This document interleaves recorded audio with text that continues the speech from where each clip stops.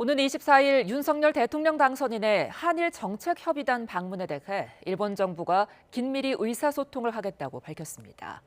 한국 새 정부에 대한 기대감을 드러내온 기시다 총리가 협의단을 직접 만날지도 주목됩니다. 도쿄 이경아 특파원입니다.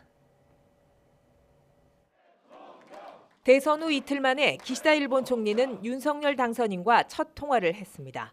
당시 기시다 총리는 한일 관계 개선을 위한 윤 당선인의 리더십을 기대한다고 말했습니다. できるだけ早く対面でもお会いしたいと、対話を行いたい、こういったことは、発言としてありました。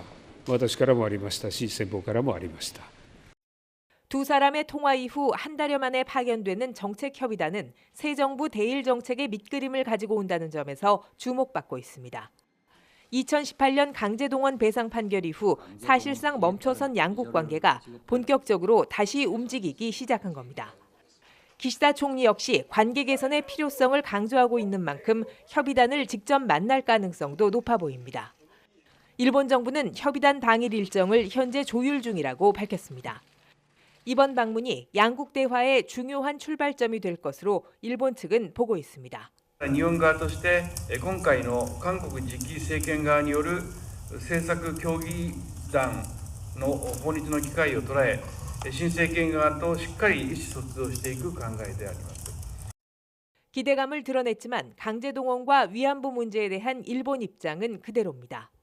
1965년 한일 청구권 협정과 2015년 위안부 합의로 다 해결된 만큼 한국이 이 약속부터 지켜야 한다는 겁니다.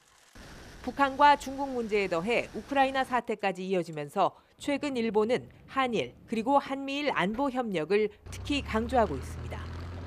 대화 분위기는 마련됐지만 피해갈 수 없는 과거사 문제를 둘러싸고 양국 대화가 얼마나 속도를 낼지는 지켜봐야 할 것으로 보입니다.